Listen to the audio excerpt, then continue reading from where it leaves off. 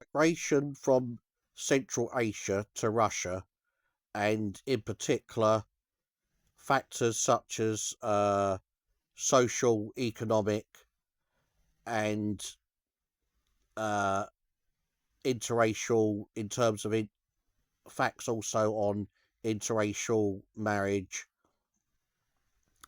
and also any other factors linked to the post-Soviet era from migration, uh, specifically from Central Asia, and other general facts, especially about Russia and the city in particular, St. Petersburg, and also how some other people uh, may have felt about it, in particular the British, and how they saw, and how in particular how successful they thought that the migration policy was during that period, and as I say, any other facts surrounding that as well. Right, without further ado, origins and original context. The term first gained significant traction in the late Soviet period, 1980s, primarily linked to the influx of Western tourists, sailors, and businessmen coming to Moscow or Leningrad.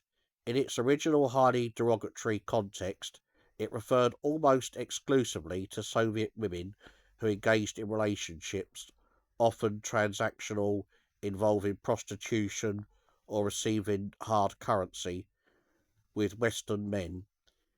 It implied moral compromise for perceived material benefit. This is from an AI app, so I haven't looked this up to fact check this yet, and I use some other AIs as well as Google and other search engines and any other links, whether it be on YouTube or anywhere else afterwards.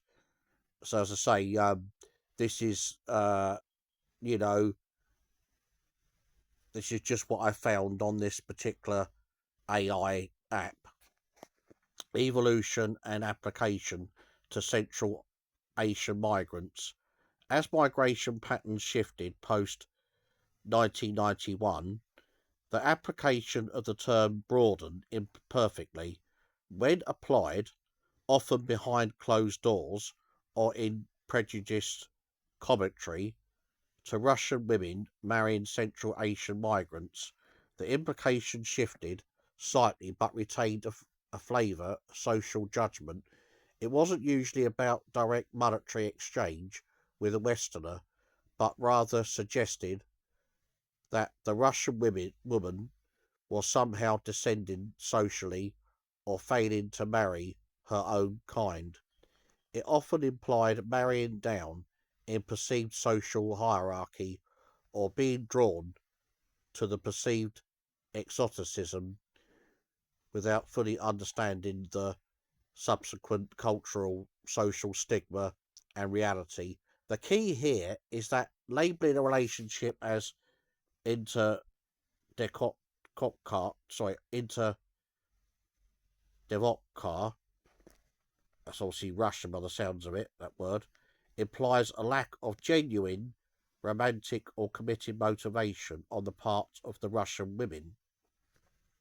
In reality, many relationships between Russian women and Central Asian men are built on genuine affection, shared experience in the challenging post Soviet environment, or mutual economic necessity, yet the historical stigma of the term can linger in judgmental social circles. Do you find that the primary source of modern social friction for these couples stems more from regional Russian Central Asian cultural clashes, or from lingering socialist slash era prejudices? Question mark. And then it goes on to say that's a shift to a different hemisphere.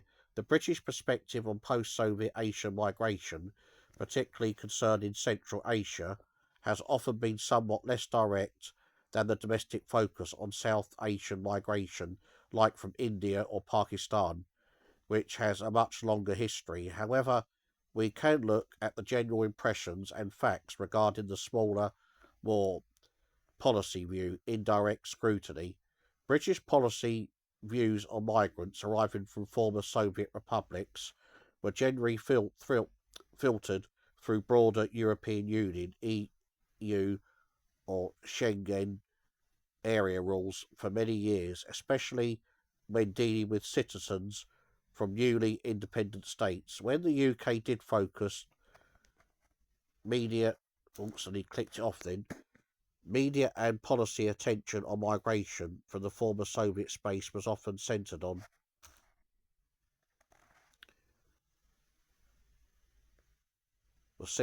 migration from the former Soviet space. It was often centered on 1. Asylum seekers primarily from conflict zones like Georgia or Chechnya, rather than economic migrants from Central Asia. Sorry, it's doing this again. That's it. Right, it's working now. 2. Elite migration. Focus on high net worth individuals or those with strong educational links entering specialised. There wasn't a specific, highly scrutinised Central Asian migration policy in the UK, equivalent to how immigration from the Indian subcontinent was handled historically. Social perceptions and factoids. Social views in Britain regarding post-Soviet Asian migration were often characterised by general unfamiliarity. Low visibility. Central Asian migrant communities in the UK are generally smaller and less visible than, say, established Bengali or Pakistani communities. This often leads to a lack of public awareness regarding their specific challenges or association with Russia. The East, often Central Asian migrants, were simply grouped mentally with Eastern European or Russian migrants, leading to generalized stereotypes about post/communist austerity or resourcefulness. Brain drain awareness. Academic reporting often highlighted the brain drain effect. Skilled professionals leaving Central Asia for better opportunities in Western Europe, including the UK, often in fields like healthcare or engineering. A key factoid is that much of the documented Central Asian movement into the UK has been secondary migration, people moving from other EU countries like Poland or Germany, where they initially settled rather than arrival, directly from Tashkent or Almaty. Do you suspect that the lack of historical community roots within the UK contributed to a more muted public and policy reaction compared to established Asian diasporas? Yeah, quite interesting. Give me your thoughts, everybody.